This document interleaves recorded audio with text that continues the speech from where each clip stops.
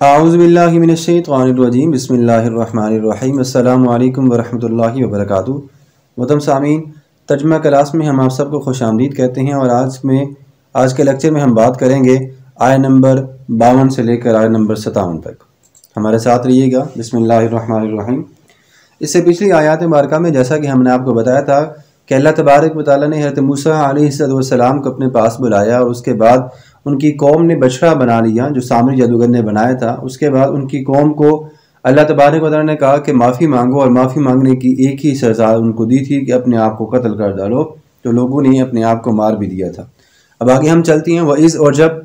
وَإِذْ اور جب آتینہ جمع متکلم کا صیغہ ہے، وَإِذْ اور جب آتینہ ہم نے عطا کی یا ہم نے دی، ٹھیک ہے، موسیٰ علیہ السلام کو الکتاب کتاب۔ اب یہاں پہ کتاب سے مراد کیا ہے؟ حضرت موسیٰ علیہ السلام پر کتاب تورات نازل ہوئی، تو یہاں پہ کتاب سے مراد تورات ہے۔ والفرقان اور فرقان یا معجزہ، فرقان کا مطلب حق اور باطل کے درمیان فرق کرنے والی چیز بھی ہوتی ہے، ٹھیک ہے۔ لعلکم، لام یہ ہے یہاں پہ شاید کے معنی میں آتا ہے، لعل شاید کے، کم تم، یہ جمع کی جو ہے وہ ضمیر ہے، لعلکم تاکہ تم تہتدون ہدایت پا جاؤ یا راہ پا جاؤ، ٹھیک ہے۔ اور جب ہم نے موسیٰ کو کتاب اور معجزے عنایت کی ہے تاکہ تم ہدایت حاصل کر لو۔ وَإِذْ قَالَ اور جب کہا موسیٰ علیہ السلام نے لِقَوْمِهِ اپنی قوم سے۔ اب یہاں پہ لفظ لام کا ترجمہ ہم کے لیے نہیں کر رہے بلکہ لِقَوْمِهِ اپنی قوم سے، ٹھیک ہے۔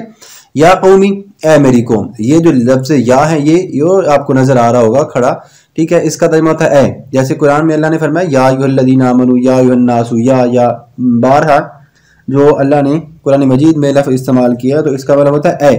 یا قومی، اے میری قوم، ان بے شک، حروف مشبہ بالفعل ہے، ان بے شک، کم ضمیر آ رہی ہے، بے شک تم نے، ظلمتم، ٹھیک ہے، حاضر کا صیغہ ہے، ظلمتم، تم نے ظلم کیا، انفسکم، اپنے آپ پر، اپنی جانوں پر۔ اب ظلم کیا کیا؟ باتخاذکم، اب یہاں پہ با کیونکہ، اتخاذکم، تم نے بنا لیا، العجلہ، بچڑے کو، کیا بنا لیا تھا؟ معبود۔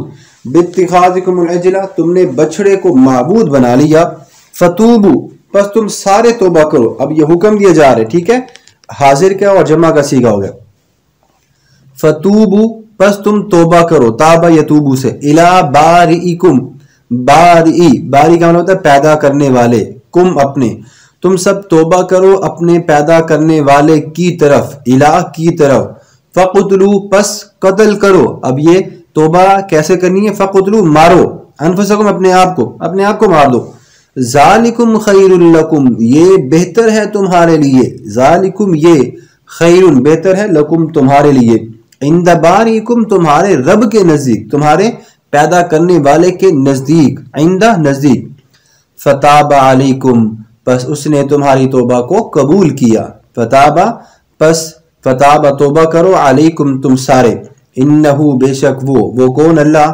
التواب، بہت زیادہ توبہ قبول فرمانے والا ہے، الرحیم، اور بہت زیادہ مہربان ہے۔ ٹھیک ہو گیا؟ تو جیسا کہ پچھلے لیکچر میں ہم نے آپ کو بتایا تھا کہ بنی اسرائیل کے تقریباً 70,000 آدمیوں نے اپنے آپ کو ایک دوسرے کو جو ہے وہ مار دیا تھا، اور یہ ان کی توبہ کا صلہ تھا کہ توبہ جو ہے وہ آپ کو ایسے ہی مل سکتی ہے۔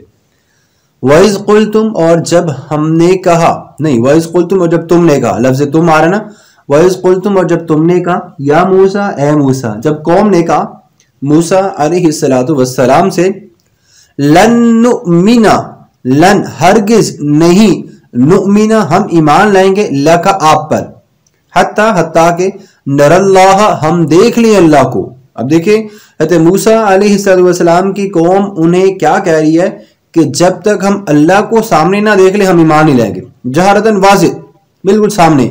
فَأَخَذَتْكُمُ الصَّاعِقَةُ تو فَأَخَذَتْ پکڑ لیا، کم تمہیں، الصَّاعِقَةُ ایک بجلی کی کڑک نے، وَأَنْتُمْ تَنْظُرُونَ اور تم دیکھ رہے تھے۔ اب ہوا یہاں پہ یہ کہ حضرت موسیٰ علیہ السلام کی قوم کے لوگوں نے جب اللہ تبارک و تعالیٰ کے حضور یہ دعا کی تھی اور یہ کہا تھا کہ ہم حضرت موسیٰ علیہ السلام پر تب تک ایمان نہیں لائیں گے جب تک کہ ہم دیکھ نہ لیں، تو کیا ہوا؟ اللہ تبارک و تعالیٰ نے حضرت موسیٰ علیہ السلام کو، جب آپ کو کوہ طور پر اللہ نے بلایا تھا تو آپ جب پہاڑ کے قریب گئے تو ایک بادل آیا اور اس پورے بادل نے پہاڑ کو ڈھانپ لیا۔ حضرت موسیٰ اس میں چلے گئے، قوم سے کہا کہ تم بھی قریب آ جاؤ، جب حضرت موسیٰ علیہ السلام اپنے رب سے ہم کلام ہوئے تو ان کی پیشانی پر بہت چمکدار نور ظاہر ہوتا تھا جس کو دیکھنے کی کوئی انسان جو ہے وہ تاب نہیں لا سکتا تھا۔ تو ہوا یہ کہ وہ اپنی پیشانی پر نقاب ڈال لیتے۔ جب قوم اس بادل کے اندر داخل ہوئی تو وہ ساری سجدہ میں گر گئی۔ حضرت موسیٰ علیہ السلام اللہ تبارک و تعالیٰ سے ہم کلام تھے یا کلام کر رہے تھے اور وہ سن رہے تھے۔ جب موسیٰ علیہ السلام فارغ ہوئے اور بادل چھٹ گیا تو یہ لوگ موسیٰ سے کہنے لگے ہم اللہ پر ہرگز ایمان نہیں لائیں گے جب تک کہ ہم اللہ کو بالکل سامنے نہ دیکھ لیں۔ بس اسی وقت کیا ہوا، ایک بجلی ان پر گری اور وہ سارے مر گئے، سارے گئے۔ پھر ہوا یہ کہ حضرت موسیٰ نے اللہ سے دعا کی اور عرض کیا کہ اے اللہ اگر تو چاہتا ہے کہ ان کو پہلے ہلاک کر دیتا، اب جب میں اپنی قوم کے پاس جاؤں گا تو یہ پھر لوگ میری تصدیق کیسے کریں گے کہ وہ بجلی سے وہ تو ہلاک ہو گئے، تو اور وہ آئندہ بھی مجھ پر اعتماد کیسے کریں گے۔ تو حضرت موسیٰ علیہ السلام بار بار اللہ تبارک و تعالیٰ کے حضور دعا کرتے رہے۔ بالآخر اللہ تبارک و تعالیٰ نے ان کو دوبارہ زندہ کر دیا اور بنو اسرائیل نے جو کہ بچڑے کی پرستش کی تھی اس پر توبہ کی تو اللہ نے فرمایا کہ جب تک تم ایک دوسرے کو قتل نہیں کرو گے نا تو تمہیں معافی نہیں ملے گی، اللہ تمہاری توبہ قبول نہیں کرے گا۔ ٹھیک ہے، جامع البیان۔ تو یہاں پہ دیکھیں اللہ تبارک و تعالیٰ کے دیدار کو طلب کرنا جائز ہے۔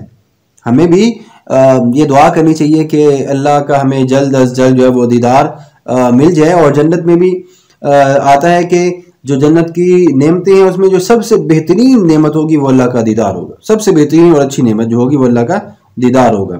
ٹھیک ہے، آگے بڑھتے ہیں۔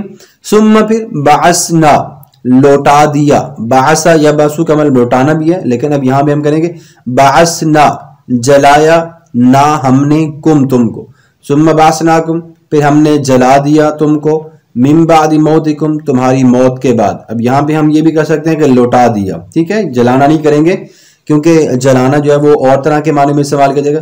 ثم پھر بعثناکم ہم نے تمہیں لوٹا دیا، من بعد موتکم تمہاری موت کے بعد، مطلب تمہاری موت کے بعد تمہیں دوبارہ زندہ کر دیا، لعلکم تشکرون تاکہ تم شکر کرو، لعلکم تشکرون تاکہ تم شکر کرو۔ ٹھیک ہے، وَظَلَّلْنَا اور ہم نے سائبان کر دیا، جو میں نے ابھی آپ کو بتایا کہ ایک بادل آ گیا تھا، علیکم تم پر، الغمامہ ایک بادل کا، اور بادل کا سایہ ہم نے تم پر کیے رکھا، وَأَنزَلْنَا اور ہم نے نازل کیا، علیکم تمہارے لیے، المن و سلوہ، من و سلوہ۔ اب یہ کیا ہیں یہ ہم آپ کو بتاتے ہیں، اس کی ایک ویڈیو بھی میں نے بنائی ہوئی ہے اپنے چینل پہ من و سلوہ کے بارے میں، اگر آپ نے نہیں دیکھی تو آپ ہماری ویڈیوز میں جا کے سرچ کیجئے گا تو آپ کو ضرور وہ مل جائے گی۔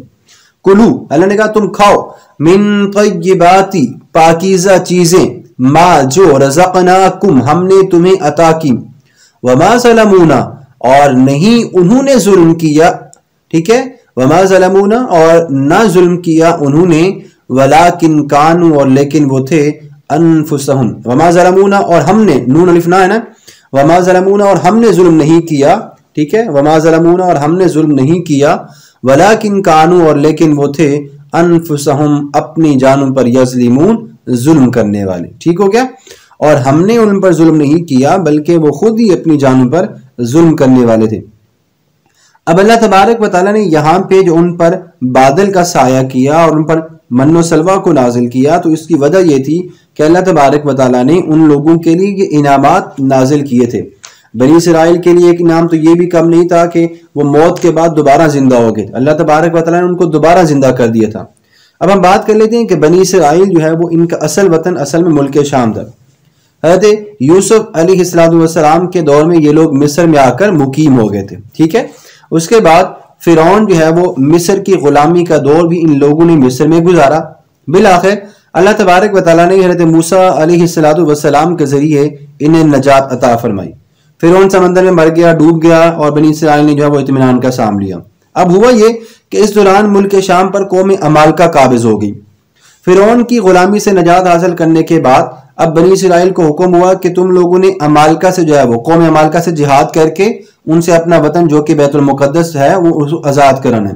اب یہ لوگ کیا ہوئے جی، یہ بنی اسرائیل جو ہے وہ جہاد کے لیے ملک شام تو گئے، لیکن جب یہ عمالقہ کی حدود کے قریب پہنچے تو ان کی طاقت کا، ان کی قوت کا سن کر یہ ہمت ہار بیٹھے اور جہاد سے منہ موڑ کر واپس آ گئے۔ اب اللہ نے کیا کام کیا؟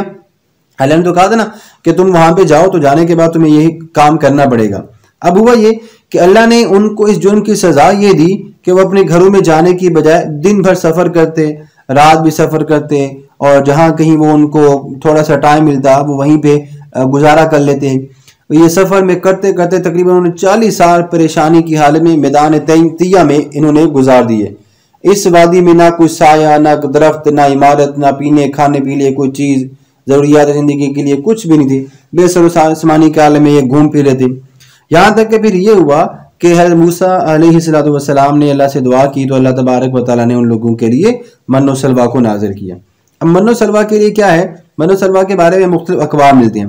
کچھ کہتے ہیں کہ یہ انجیر تھا، کچھ کہتے ہیں کہ ایک نفیس شیریں ذائقہ دار مادے تھا جو کہ بالکل شبنم کی طرح صبح کے وقت آسمان سے اترتا اور کثیر مقدار میں چھوٹے چھوٹے درختوں پر آ جاتا۔ کچھ یہ بھی کہتے ہیں کہ ایک دسترخوان بھی تھا، سارا کھانا اس پہ آتا تھا، لوگ کھاتے رہتے، شام کو دسترخوان واپس چلا جاتا۔ کچھ نے یہ بھی کہا ہے کہ وہ بٹیر بھی تھے، کچھ زندہ پکڑ لیتے اور انہیں کھا لیتے تھے۔